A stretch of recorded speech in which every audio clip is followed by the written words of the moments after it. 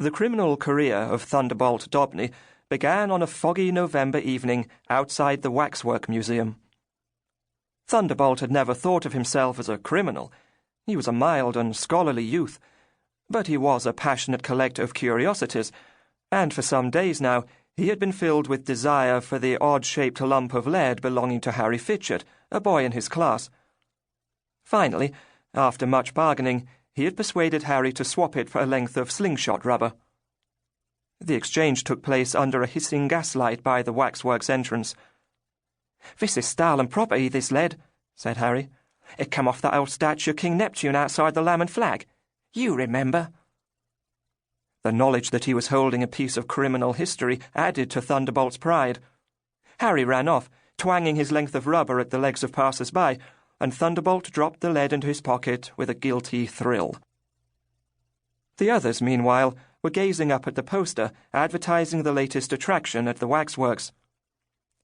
"A victim of the atrocious death of 1,000 cuts," read Benny Kaminsky. Benny was a stocky, dark-haired boy of 11. When you saw Benny at first, you took him for an ordinary boy.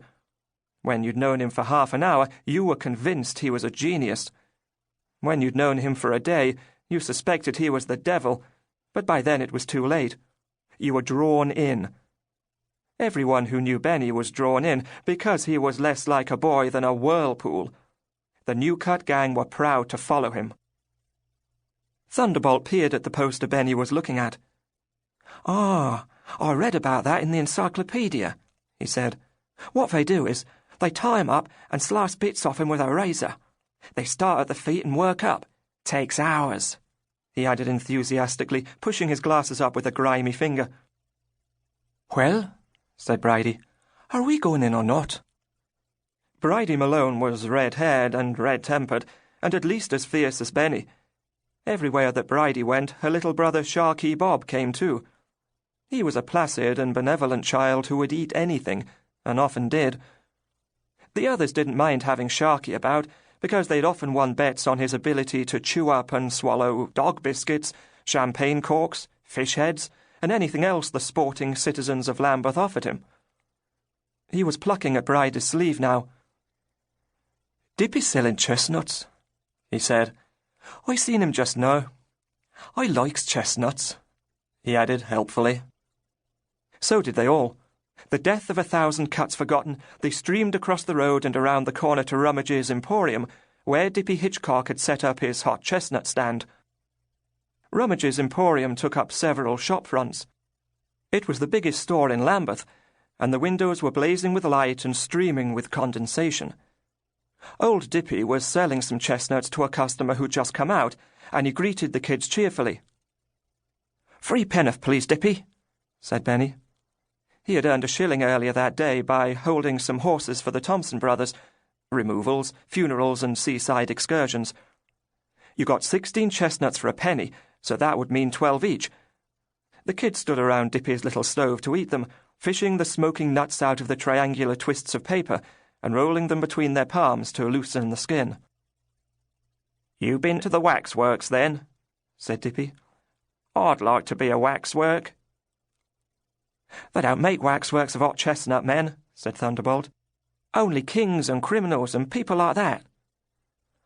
"I used to be a criminal," said Dippy. "I set out to be a pickpocket, but I had to give it up on account of me conscience." "Unless you're a celebrated murderer, it's not worth mentioning crime," said Benny. "Ain't you done anything else to make you famous, Dippy?" Dippy rubbed his bristly jaw. "Nah," he said mournfully. "But I'd love to be a waxwork. Make me feel me life had been worthwhile somehow."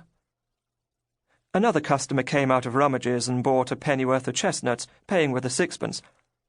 Bridie was interested in this waxwork talk, but even more interested in the nearest window, where a stout and shiny man called Mr. Paget, the gentleman's outfitting manager, was clambering about, arranging a mannequin. Every time he lifted the arm into position and turned round to pick up some gloves from behind him, the arm fell down again, and he got more and more vexed and more shiny. The arm came up, the arm fell down. He dropped the gloves. The dummy swung forward and butted him on the nose. He said, very visibly, a wicked word, and looked guiltily out at the pair of wide blue eyes watching him. Bridie turned at once to a kindly old gentleman passing by and asked him what the word meant, pointing at Mr. Paget. "No, no!" Mr. Paget mouthed in horror and waved his hands, but then had to lurch sideways to catch the dummy and knocked over a chair, which was the point when Mr. Rummage stormed out of the main entrance. "Get away from that window!" he bellowed, shaking his fists. "I will not have vagrants and costermongers on my property. I'll have the law on you, smoking up my windows and leaving your filthy rubbish on the pavement. Get away! Go on, hook it!"